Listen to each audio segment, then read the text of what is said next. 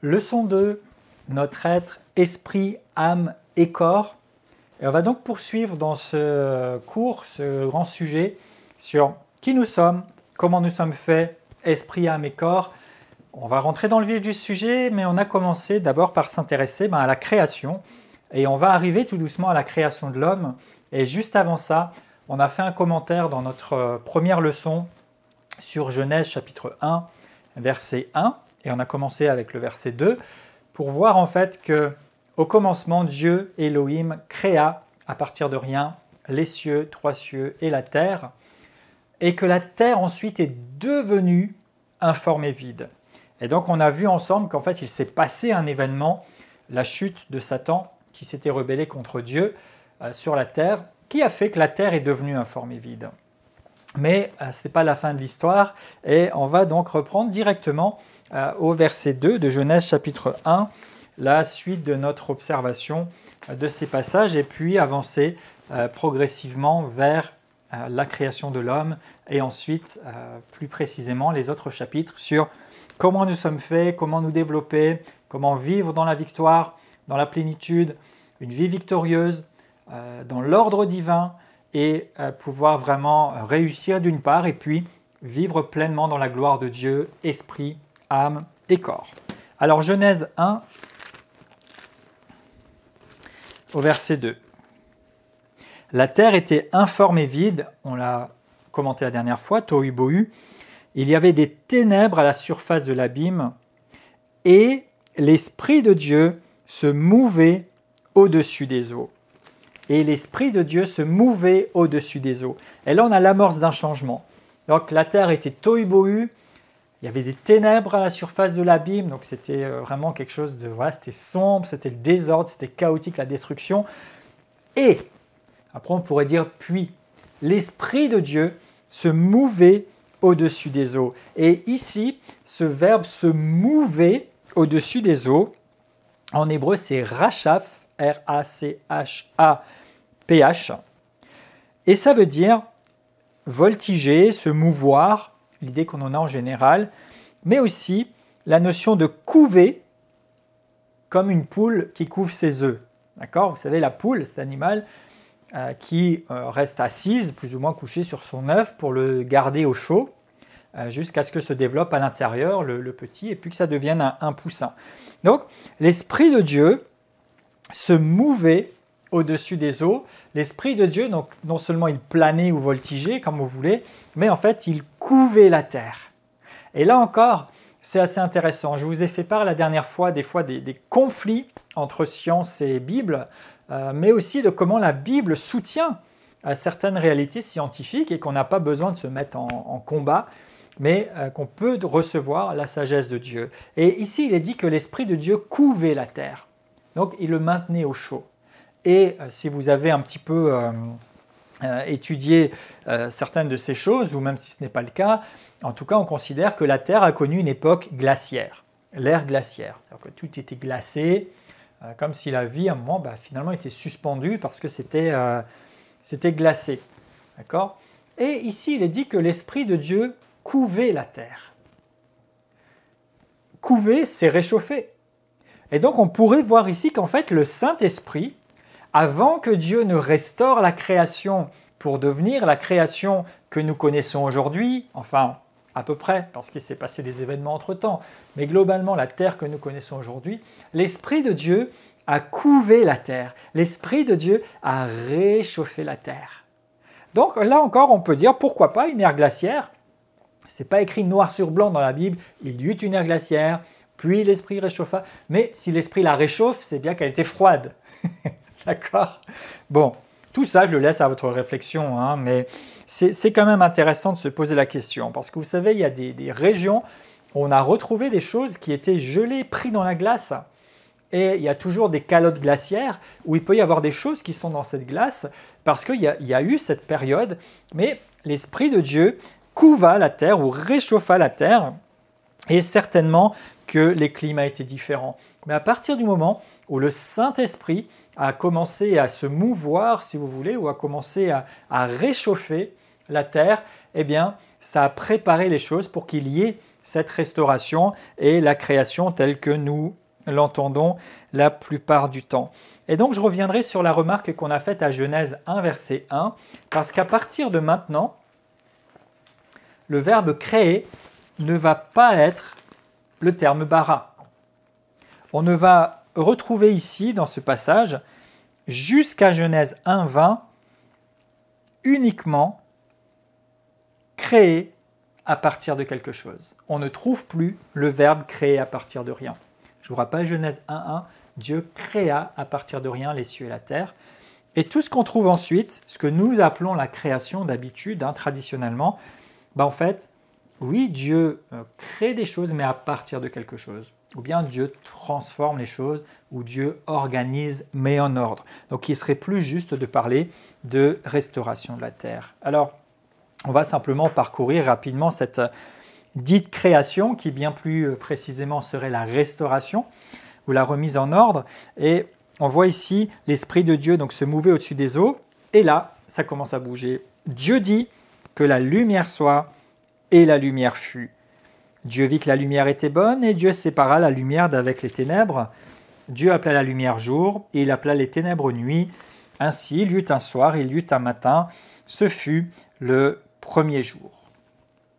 Donc là, Dieu amène la lumière, et il organise le temps, le jour, la nuit, etc. Donc c'est plus en fait l'établissement de lois physiques que réellement amener quelque chose de nouveau. C'est remettre en ordre, établir des lois physiques sur la terre. Dieu dit ensuite, verset 6, qu'il y ait une étendue entre les eaux et qu'elle sépare les eaux d'avec les eaux. Et Dieu fit l'étendue et il sépara les eaux qui sont au-dessous de l'étendue avec les eaux qui sont au-dessus. Et cela fut ainsi. Dieu appela l'étendue ciel. Il y eut un soir, il y eut un matin. Ce fut le second jour. Donc là aussi, il y a les lois physiques qui concernent l'eau.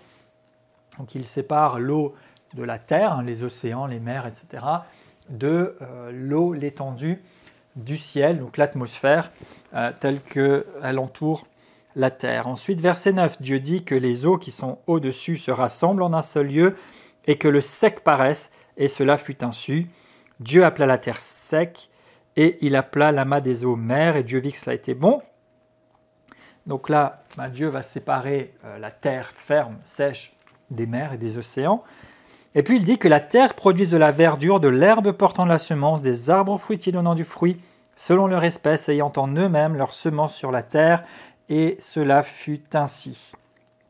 La terre produisit de la verdure, de l'herbe portant de la semence selon son espèce, des arbres donnant du fruit, ayant en eux leur semence selon leur espèce. Dieu vit que cela était bon. Ainsi, il y eut un soir, il y eut un matin, ce fut le troisième jour.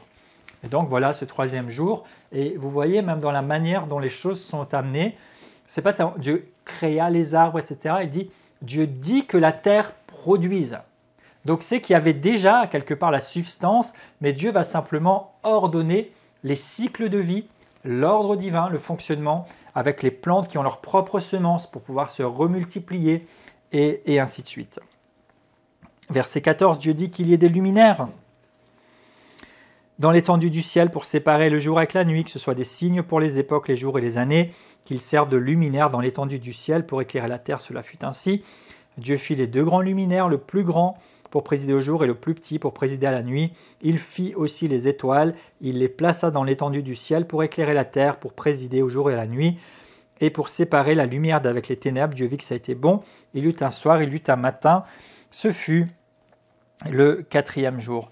Donc là aussi, Dieu établit ces choses-là. Et on voit que la lumière existait déjà. Et à un moment, il dit que la lumière soit. Autrement dit, lumière, viens. Et elle fut. Et là, Dieu fit les luminaires, Dieu fit les étoiles. En fait, il a créé à partir de la lumière les luminaires, les étoiles, etc. Pour que ce soit organisé, ordonné, qu'on puisse se repérer. Il dit pour qu'on puisse retrouver les temps, les époques, les jours et les années, et que ça serve aussi de lumière. Donc, c'est assez intéressant. Dieu dit, verset 24, que la terre produise les animaux vivants selon leur espèce et du bétail.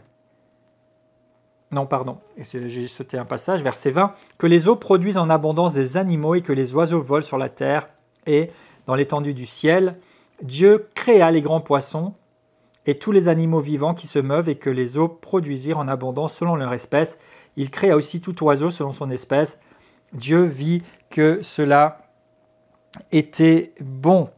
Et ici, c'est assez intéressant parce que, regardez, jusqu'au verset 20, Dieu dit, Dieu appelle, Dieu établit, Dieu forme.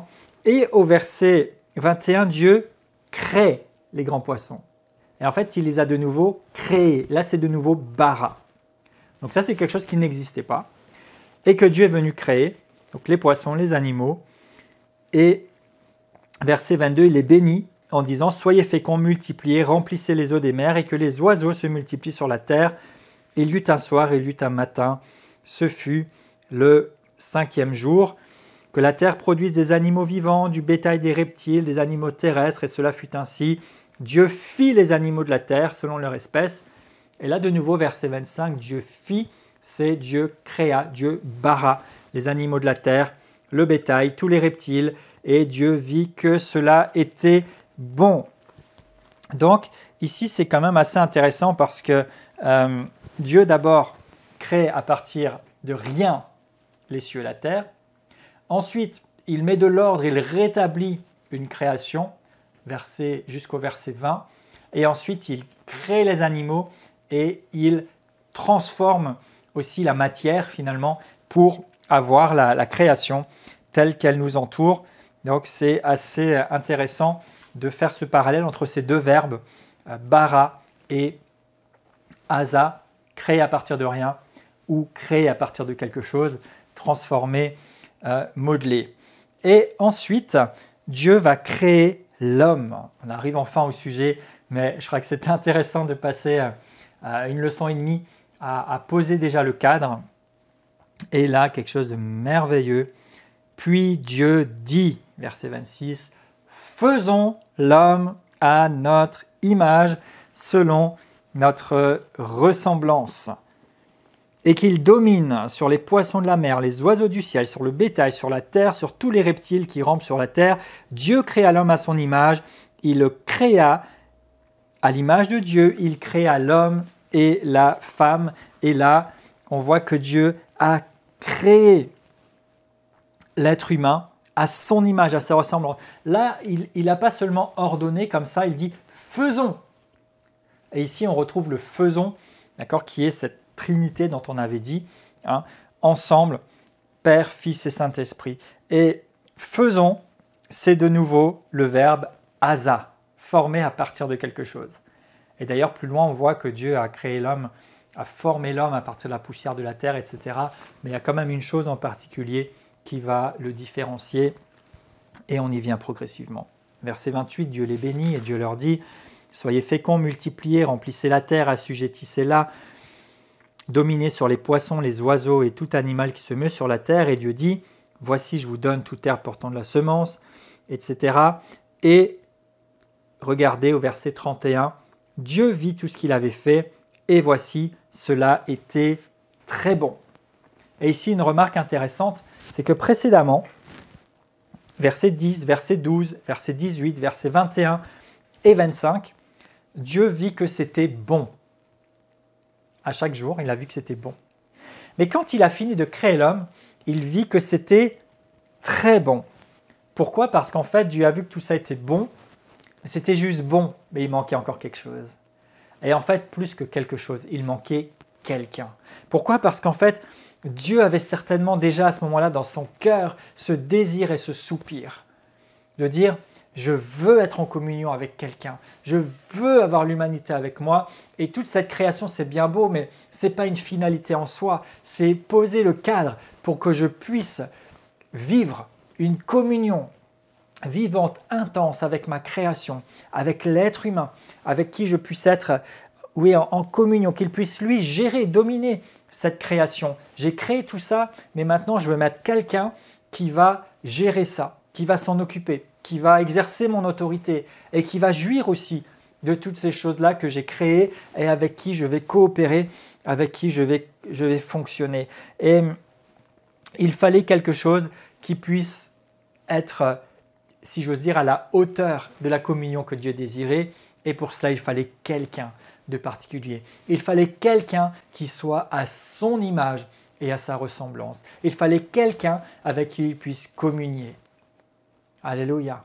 Vous savez, il y a beaucoup de choses qui se font aujourd'hui, donc pour prendre quelque chose d'assez excessif, entre guillemets, mais vous avez déjà essayé de discuter avec un appareil électroménager ou avec une voiture? Alors, c'est vrai qu'il y a aujourd'hui, avec la technologie de reconnaissance vocale, vous pouvez parler à certains appareils pour leur donner des instructions, mais ils vont peut-être vous répondre avec des commandes préenregistrées, mais vous ne pouvez pas avoir une communion avec un appareil. D'accord? Dans certaines séries, il y a une certaine époque, il y avait quelqu'un qui avait une voiture qui lui parlait et qui prévoyait ses besoins, qui venait vers lui, etc. Mais ça, c'est de la science-fiction, c'est des histoires. D'accord? On ne peut être en communion qu'avec quelqu'un qui a notre image et notre ressemblance, avec quelqu'un qui est de la même nature que nous. Les êtres humains peuvent être en communion les uns avec les autres parce qu'ils sont faits à la même image, esprit, âme et corps, et parce qu'ils sont à l'image de Dieu. Et Dieu a voulu faire l'homme à son image pour qu'il puisse être en communion avec l'homme, avec l'être humain. Et la Bible nous dit, dans Jean 4, verset 24, que Dieu est esprit. Jean 4, 24, Dieu est esprit. Donc Dieu avait besoin de créer un être qui soit esprit, comme il est lui-même esprit. Et puis il nous a doté d'une âme, une personnalité, une volonté, des émotions, un intellect, et d'un corps avec lequel on peut, nous, être en communion à la fois avec les réalités terrestres et aussi les uns avec les autres, mais en même temps avec notre esprit, on peut communier avec Dieu. Et ça, c'est exactement spécifique et particulier à l'être humain. Donc, il fallait qu'il y ait un être spirituel pour être en communion avec Dieu qui est lui-même esprit. Et il fallait qu'il y ait un corps pour pouvoir exercer l'autorité, gérer, fructifier, multiplier, être fécond sur cette terre. Et l'âme, c'est ce qui caractérise notre capacité de décider, de faire des choses, d'avoir une volonté, d'avoir un intellect. Et c'est comme ça que Dieu nous a constitués. Donc c'est quelque chose vraiment de merveilleux. Vous savez, ce n'est pas juste une évolution, ce n'est pas une espèce animale ou végétale, encore moins, qui aurait évolué au fil du temps pour devenir l'homme. Non, Dieu a particulièrement attaché de l'importance à créer l'être humain pour être en communion avec lui, avec des caractéristiques spécifiques. Et c'est ce que nous allons étudier dans tout ce cours, c'est finalement quelles sont les caractéristiques que Dieu a données à l'être humain pour pouvoir remplir le mandat qui est le sien et pour pouvoir satisfaire aux désirs de Dieu. Donc, revenons à Genèse 1, 26. Il dit « Faisons l'homme à notre image et à notre ressemblance. » Dieu a voulu que nous soyons à son image, que nous lui ressemblions. Et parfois, on peut se dire « Mais à quoi ressemble Dieu ?» Eh bien, il ressemble à ce que c'est qu'un être humain, puisqu'il nous a fait à son image et à sa ressemblance. Nous savons qu'il est esprit, nous dit la Bible, et en fait, on peut bien sûr avoir plein d'imagination ou même d'illustrations pour se représenter Dieu, mais attention, c'est dangereux. Okay ? Donc on ne va pas adorer une image. D'ailleurs, la Bible nous met en garde et Dieu dit « Ne faites pas d'image taillée, ne faites pas de représentation de quoi que ce soit comme disant que c'est Dieu pour l'adorer. » Donc on n'a pas besoin finalement d'avoir une vraie image, une vraie représentation physique pour pouvoir adorer Dieu, parce que Dieu est esprit.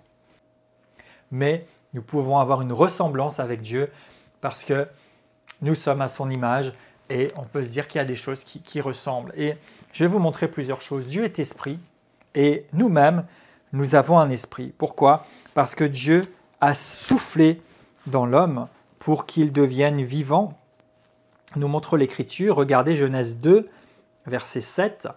« L'Éternel Dieu forma l'homme de la poussière de la terre. » Là aussi, je vous ai parlé de Asa tout à l'heure. Vous voyez, il a fait l'homme à partir de quelque chose, à partir de la poussière de la terre. et il souffla dans ses narines un souffle de vie, et l'homme devint une âme vivante. Alors, une âme vivante, j'aime pas trop. Véritablement, dans l'idée du texte, c'est un être vivant. D'accord? C'est pas juste l'âme seule. Donc, à un moment, Dieu a fabriqué l'homme, si j'ose dire, excusez-moi, hein, avec de la poussière, il l'a modelé, ça lui a fait un corps. Et puis, il a soufflé.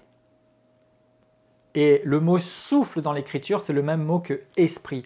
Donc, Dieu a mis un esprit dans l'homme, et l'homme est devenu un être vivant. Et c'est ce qui fait que nous sommes un être vivant.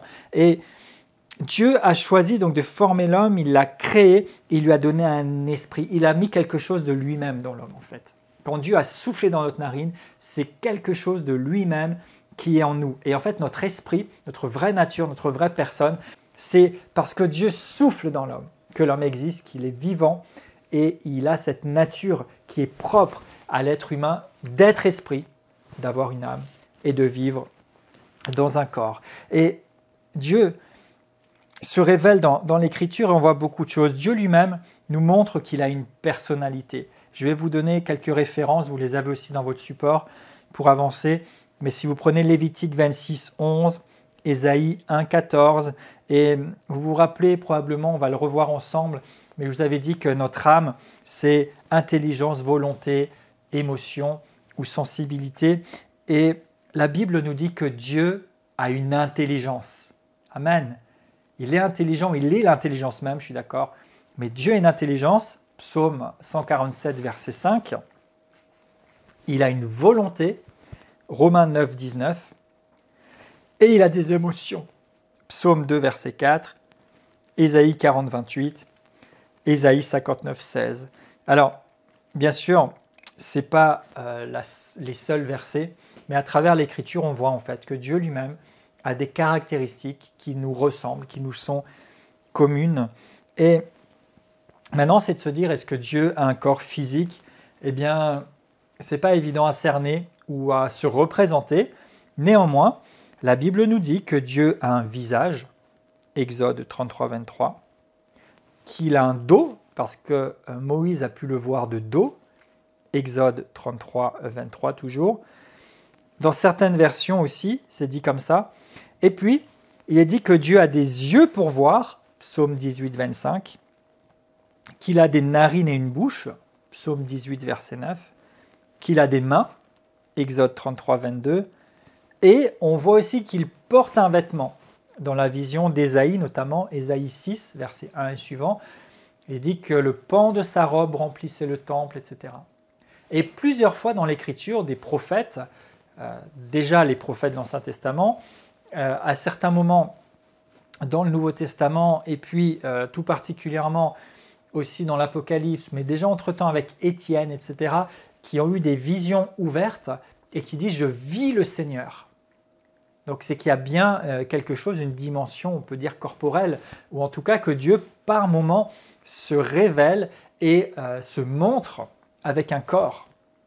Simplement, ce n'est pas le corps physique, naturel, limité que nous pouvons avoir, mais nous voyons déjà aussi chez Jésus, après la résurrection, qu'il a un corps qui a d'autres possibilités sur cette terre et qu'avec son corps, il monte vers le Père et donc il a un corps glorifié qui est doté d'autres choses. Maintenant, là aussi, on ne va pas avoir tout un débat, d'accord? Je vous donne des références, je vous donne des idées, mais pour dire quand Dieu dit « faisons l'homme à notre image », eh bien, nous sommes esprit, âme et corps. Eh bien, Dieu lui-même est esprit. Il a une volonté, des émotions, une intelligence, un intellect. Et il a un corps, ou en tout cas, il peut se révéler sous forme corporelle. Mais bien sûr, Dieu est un être spirituel. D'accord? C'est pas comme si on peut dire, allez, tape là avec son corps physique. Ok? Mais tous ces événements sont là et puis quelque part vous ressemblez à Dieu parce qu'il nous a fait à sa ressemblance. Nous sommes faits à son image et il nous a fait à sa ressemblance. Ensuite, il nous a bénis pour que nous puissions exercer l'autorité sur cette terre et il nous a créés pour que nous puissions dominer sur cette terre. Mais en tout cas, donc l'homme est en trois dimensions. Dimension esprit, spirituel, pour être en communion avec Dieu. La dimension de l'âme ou du psyché, donc intelligence, volonté, émotion, qui nous permettent essentiellement d'être en communion les uns avec les autres. Et enfin, la dimension physique, corps naturel, pour être en communion avec ce monde physique et terrestre. Donc, il y a vraiment des choses très intéressantes. Notre corps, c'est finalement notre maison, d'accord? Mais ce n'est pas notre vraie nature. Et ça, on y reviendra un petit peu plus tard, mais la Bible nous le dit clairement et les apôtres eux-mêmes parlent en disant « mais c'est juste une tente, c'est une habitation temporaire. Si je pouvais être délivré de ce corps ». Et d'ailleurs, il est dit aussi que jusqu'à ce que ce corps revête l'incorruptibilité. Donc, dans son état juste physique, naturel, il n'est pas dans son état définitif et parfait. Il va lui aussi participer au salut et va vivre une transformation, une métamorphose. On y reviendra, mais il nous est utile pour fonctionner sur cette terre. Si on n'avait pas de corps, on ne pourrait pas dominer sur la création, comme Dieu le dit. On dit bien sur la création, pas les uns sur les autres. Si on n'avait pas d'émotion, de volonté ou d'intellect, on n'aurait pas le choix, on ne pourrait pas décider nous-mêmes, on ne pourrait pas communier les uns avec les autres. Et enfin, si on n'était pas esprit, on ne pourrait pas être en communion avec Dieu. Mais Dieu nous a dotés de tout ça. Et c'est pour ça que le diable essaye toujours de détruire l'être humain et de nous rabaisser en nous faisant nous sentir petits, inacceptables, insignifiants, parce qu'en fait, il sait que nous sommes la créature sur terre qui a l'image à la ressemblance de Dieu, qui a reçu le mandat divin de dominer sur la création et de révéler la gloire de Dieu et qui est destinée à un salut parfait et plein, esprit, âme et corps. Et il veut tout faire pour nous retenir de le vivre parce que lui a gâché, j'allais dire, ce qu'il avait en voulant être au-dessus de Dieu, en prenant la place de Dieu. Maintenant, il s'acharne à vouloir tout détruire. Mais nous, alléluia, par la grâce de Dieu, Dieu est venu nous racheter de la malédiction du péché pour que nous puissions devenir tels que Dieu est. Imaginez comme il est enragé. Lui voulait prendre la place de Dieu alors qu'il avait déjà tellement, mais Dieu a choisi que nous soyons comme lui.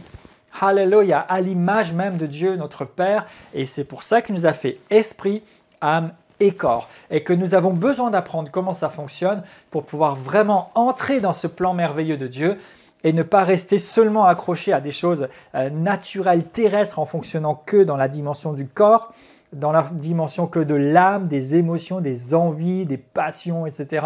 Mais que nous puissions fonctionner dans la dimension de l'esprit et que l'esprit puisse rayonner la gloire de Dieu sur notre âme, sur notre corps et que notre être entier, comme on l'a dans notre passage de référence, que tout votre être, esprit, âme et corps, soit trouvé irréprochable à l'avènement du Seigneur.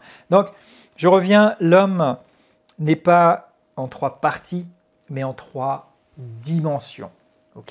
1 Thessaloniciens 5, 23 que je viens de citer, que tout notre être, l'esprit, l'âme et le corps soient trouvés irrépréhensibles pour l'avènement du Seigneur. Mais ça fonctionne ensemble. Et notre esprit donc, va nous permettre de communier avec Dieu premièrement et puis avec le monde spirituel. Notre âme va nous permettre de communier ou de communiquer les uns avec les autres essentiellement.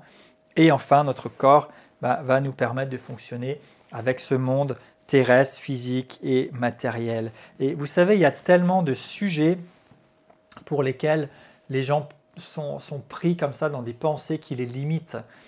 Parce qu'on se dit, mais moi je suis rien, moi je n'ai pas de valeur, moi je suis pauvre, je suis démuni, il n'y a rien, moi je ne peux pas avoir ci ou ça. Ou comme s'il y avait des élites ou des privilégiés.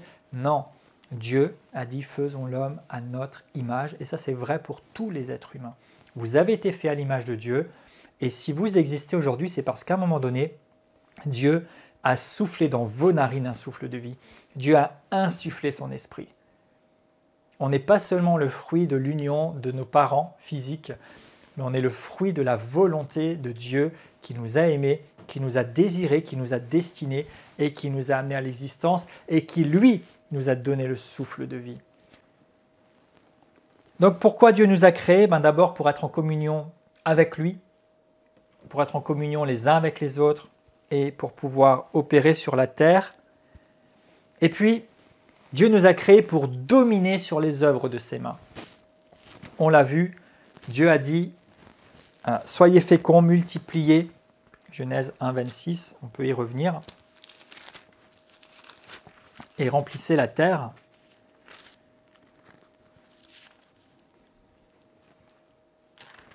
Au verset 28, assujettissez-la, dominez sur les poissons, les oiseaux, tout animal. Et voici, je vous donne toute herbe portant la semence.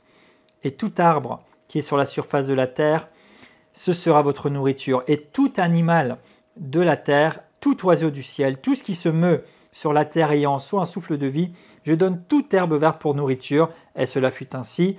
Dieu vit que tout ce qu'il avait été fait était bon.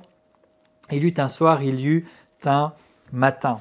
Et quand on passe donc à Genèse 2, on a vu il y a quelques instants, verset 7, Dieu forma l'homme de la poussière de la terre, il souffla dans ses narines un souffle de vie, et l'homme devint un être vivant, et Dieu planta un jardin dans lequel il a mis tout ce qu'il fallait pour que l'homme puisse vivre dans de bonnes conditions et dans une parfaite harmonie avec Dieu. Donc, Dieu a créé l'être humain pour être en communion avec lui, pour gérer les ressources de la terre, dominer sur ces choses-là, et il l'a créé pour qu'il y ait quelqu'un qui fasse le relais entre les choses spirituelles, les choses de Dieu, et les choses physiques, les choses de la terre. Donc, Dieu nous a créé esprit, âme et corps pour cela. Et je vais vous donner simplement ici, avant d'entrer dans le sujet, la définition. Donc notre esprit, donc le mot esprit, ça vient du grec pneuma. En hébreu, on dira ruach, c'est le souffle. Et notre esprit, en quelques mots ou en résumé, qu'est-ce qui doit se passer? On en a déjà parlé dans la nouvelle naissance. Notre esprit doit naître de nouveau. Pourquoi? Parce que par l'œuvre du péché, cette nature humaine déchue dont nous héritons de nos parents, et qu'ensuite nous choisissons, quand nous commençons à faire le mal que nous savons ne pas devoir faire, eh bien, elle est venue simplement pervertir notre être, et nous avons besoin de naître de nouveau par la puissance de Dieu, parce qu'en fait notre esprit c'est notre nature profonde, c'est celui que nous sommes vraiment. Et c'est avec cette dimension-là de notre être que nous pouvons véritablement nous développer spirituellement, véritablement être en communion avec Dieu. Et c'est cette dimension de notre être qui va amener tout le reste finalement. C'est cette dimension qui doit diriger, qui doit prendre la place et qui doit permettre à la vie de Dieu de se répandre sur notre être entier et à sa gloire d'être manifestée dans notre âme et dans notre corps et à travers nous, là où il nous a placés. Donc notre esprit doit naître de nouveau, c'est notre être réel. Notre esprit a une conscience, c'est la voix de notre esprit, et une intuition. L'intuition, c'est une connaissance qu'on n'a pas apprise. Et il fonctionne par révélation et par inspiration. Notre esprit, c'est celui qui doit être le maître dans notre vie. Donc là, je vous donne juste un aperçu, d'accord, je vais résumer, et on va développer tout ça en détail après dans chaque chapitre. Donc notre esprit doit naître de nouveau, c'est notre vraie nature, notre vraie personne. Il est en communion avec Dieu, il a une conscience et une intuition, et il fonctionne par révélation et par inspiration, et doit tenir la position de maître. C'est lui qui doit diriger. Notre âme, en grec psyché, on parle parfois du psychique aussi, si vous voulez, c'est notre personnalité. Notre âme, c'est notre personnalité. On peut parler de 3 secteurs ou départements, comme vous voulez, avec l'intellect ou la mentalité. L'intellect, c'est finalement notre façon de penser, de raisonner. La volonté et les émotions ou la sensibilité. Notre âme, elle a besoin d'être renouvelée. Et elle est en position de serviteur. Ça aussi, on verra beaucoup plus en détail. On avait un peu abordé dans la nouvelle naissance. Notre âme a besoin d'être renouvelée, notamment avec la parole de Dieu, pour être conforme à la pensée de Dieu et pour être équilibrée, pour pouvoir suivre et apprendre à écouter les instructions, puisque je viens de le dire, notre esprit est supposé être le maître, l'organe de direction, notre âme, le serviteur, donc notre intelligence, nos raisonnements, nos émotions, nos sentiments doivent être au service de ce qui émane de notre esprit, et notre corps, qui vient du grec soma. On parle parfois de troubles psychosomatiques, c'est-à-dire que des fois, quand on n'est pas bien dans ses émotions, dans sa réflexion, etc., ça peut créer des troubles physiques qui ne sont pas vraiment une maladie, mais qui sont le reflet d'un déséquilibre ou de choses anormales sur le plan psychique. Donc soma, c'est le corps, c'est finalement notre enveloppe visible qui entoure notre être, parce que l'esprit et l'âme, on ne les voit pas, ils sont là-dedans. Alors je vous donnerai quelques repères, mais on verra ça dans les prochaines sessions. Et en fait, ce qu'on voit les uns des autres, c'est juste nos corps. D'accord ? Si vous pouvez me voir, me reconnaître et qu'on échange, c'est parce que j'ai un corps et que ce corps est reconnaissable, qui me permet de communier avec vous, de toucher, d'attraper quelque chose, de saisir, de fonctionner. Donc ça, c'est la partie, finalement, c'est notre tente, c'est notre habitat. Et ce qui caractérise particulièrement notre corps, c'est qu'il a 5 sens. On fait une petite révision, les 5 sens, la vue, l'odorat, le toucher, le goût, l'ouïe. Donc notre corps, lui, il a 5 sens physiques. On peut voir, on peut toucher, on peut sentir, on peut goûter et on peut entendre. Et notre corps, d'après l'enseignement biblique, doit être assujetti. C'est-à-dire qu'en fait, on pourrait dire, ça peut paraître choquant, mais pourtant, que notre corps, c'est finalement l'esclave. C'est-à-dire plutôt l'exécutant. Mais ce n'est pas pour autant, et on y viendra, qu'on néglige le corps ou qu'on s'auto-flagelle ou quoi que ce soit, parce qu'en fait, il y a des choses de notre nature humaine, bien sûr, qui sont répréhensibles et auxquelles nous devons être vigilants et ne pas tolérer quoi que ce soit ou n'importe quoi, et jamais être dirigé par notre corps. On est dirigé par notre esprit. Notre âme, intelligence, volonté, émotion va être au service de ce qui émane de notre esprit, et notre corps va simplement exécuter ou d'une certaine façon révéler ce qui émane de notre esprit. Et une chose importante, pour mettre les choses dans le bon ordre, depuis le début on dit notre être, esprit, âme et corps. La meilleure façon de l'exprimer pour être dans la vérité et la réalité des choses, c'est « je suis un esprit ». C'est ce que vous êtes, c'est votre nature. Vous, c'est votre esprit. Je suis un esprit, j'ai une âme et je vis dans un corps. Et ne serait-ce que ça paraît anodin, mais si vous prenez quelques instants pour réfléchir à cette déclaration, je suis un esprit, j'ai une âme et je vis dans un corps, et que vous en faites une déclaration régulière, vous allez voir que ça va commencer à produire des choses sur votre réflexion, sur votre positionnement, parce que ça remet les choses en place. Ma vraie nature, ce n'est pas juste mon corps, je ne suis pas que ce que je sens, je ne suis pas que ma réalité physique. Ce n'est pas non plus mon âme, mes impressions, mes ressentis, mon éducation, quoi que ce soit. Je suis un esprit. J'ai une âme. Donc l'âme appartient à l'esprit, elle sert l'esprit. Et je vis dans un corps. Ce corps, c'est mon habitation physique sur cette terre. Et ce corps va me permettre d'exécuter ce qui m'appartient d'exécuter, mais à partir de mon esprit, avec mon âme, et manifesté dans mon corps. Mais ce corps a aussi une perspective glorieuse et des promesses merveilleuses à saisir, oui pour l'éternité, mais dès maintenant sur cette terre. Et je le disais avant en passant, je reviens dessus parce que c'est important, vous n'êtes pas juste le fruit d'une union physique de 2 personnes, mais vous êtes esprit, vous avez une âme et vous vivez dans un corps. Dieu seul donne le souffle de vie. Dieu seul donne l'esprit. Et Dieu avait une pensée à l'esprit et il vous a créé, il vous a amené à l'existence pour accomplir ce but. Donc il n'y a personne qui soit sans but, sans destinée, sans raison d'exister.